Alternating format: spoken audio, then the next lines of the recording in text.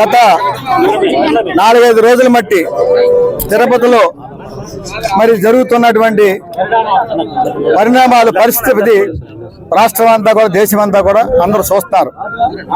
అంత ఘోరంగా మరి 600 రూపాయలు ఉన్నటువంటి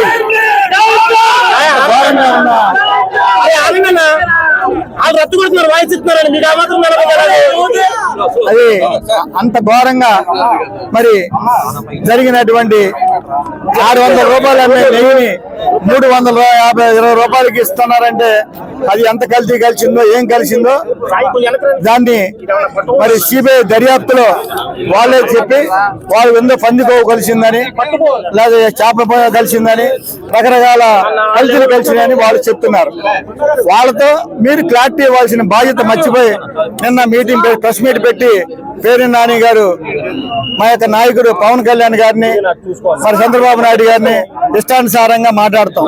నువ్వెవరో, నువ్వు ఎక్కడ భీమవరంలో ఏం చెప్పావు, బాప్తీసం తీసుకున్నానని చెప్పావు, జర్మనీలోనేమో చర్చిలో మోకాలు దండేసుకుని ప్రార్థన చేశావు, ఇష్టానుసారంగా మాట్లాడతావు. అలాగే మా రంజాన్ లో ముస్లింస్ ఇంటికి వెళ్ళి ఆ పెద్ద మాంసమేనా, ఆ పెద్ద మాంసం ముక్కలేనా అని ఇష్టానుసారంగా మాట్లాడటం మనం చూసాం. పేర్ని నాని గారు ఒకటి గుర్తుపెట్టుకోండి, మీరు మా రాష్ట్రంలో మీ నాయకులు దగ్గర 151 మంది ఉన్నారు. వాళ్ళెవరూ మాట్లాడినప్పుడు మీరు ఎందుకు నోటి దూరంతో మాట్లాడుతున్నారో ఒకసారి అర్థం చేయాలి. మీరు ఎంగింగా మాట్లాడతాం. మన గుడివాళ్ళలో ఎందుకొని 7-8 గంటల పాటు మీరు ఇంట్లో నక్కున్నారు. ఎవరికి లేని పరిస్థితి మీకే ఎందుకు వస్తుంది అనేది ఒకసారి పేర్ని నాని గారు గుర్తుపెట్టుకోవాలి. మళ్ళా మాట్లాడతాం, మళ్ళా రెచ్చగొడతాం. కూటమి నాయకులందరినీ కార్యకర్తలను ఇష్టానుసారంగా మాట్లాడతాం. వాళ్ళ పేర్ని నాని గారు చూస్తున్నాం.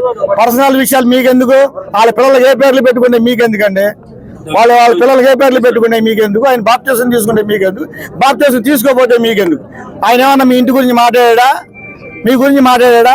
ఆయన ఏదో ఉపాసం ఉండి ఒక ప్రాయశ్చిత్తంగా మన రాష్ట్రంలో జరిగిన దానికి ఆయన ఎవరిని విమర్శించకుండా ఆయన చేస్తుంటే ఆయన ఇష్టానుసారంగా మాట్లాడటం అనేది ఎంతవరకు పద్ధతో ఒకసారి పేర్ని నాని గారు గుర్తుపెట్టుకోవాలి. ఇవాళ ఇష్టానుసారంగా మాట్లాడితే ఆయనకి కోట్ల మంది అభిమానులు ఉన్నారు. ఏ అభిమాని ఏ రోజున ఏం చేస్తాడో ఎవరికి తెలియదు. మొన్నటికి మనం చూసాం. మరి ఎక్కడ చూసినా మీరు హైదరాబాద్ వెళ్తే హైదరాబాద్ లో కూడా అదే పరిస్థితి. తెలంగాణలో కొరతకు వచ్చారు. ఇవాళ నీ సొంత ఊళ్ళోనే నేను ఎదురు తిరిగి మాట్లాడతాకు వచ్చారు. ఇవాళ ఇంత దారుణమైన పరిస్థితి. ఇవాళ మీరు జరిగింది దృష్టిలో పెట్టుకుని మేము అనాలంటే మాకు తెలుసు అన్ని, ఇక్కడ ఎవరి గురించి అందరికీ తెలిసిన విషయాలే. కానీ మా నాయకుడు ఇష్టానుసారంగా మాట్లాడద్దు, పద్ధతిగా మాట్లాడమని చెప్పి పవన్ కళ్యాణ్ గారు అనడం వల్ల మా నోరు కంట్రోల్ చేసుకు మాట్లాడుతున్నాం. మీరు ఎలా మాట్లాడుతున్నారంటే రెచ్చగొడుతున్నారు. ఇవాళ మీకు ఇక్కడ ఉన్న వాళ్ళకి 11 సీట్లకి పడిపోవడానికి ప్రజలకు తెలుసు అంటే ప్రజలకు అర్థమయ్యే మీ గురించి అందరూ మాట అనుకున్నట్టు రాష్ట్రం మొత్తం వడగొట్టారు.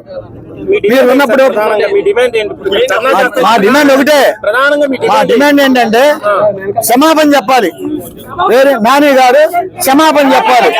ఎందుకంటే మా నాయకుడిని ముస్లింస్ విమర్శించారు, క్రిస్టియన్స్ విమర్శించారు.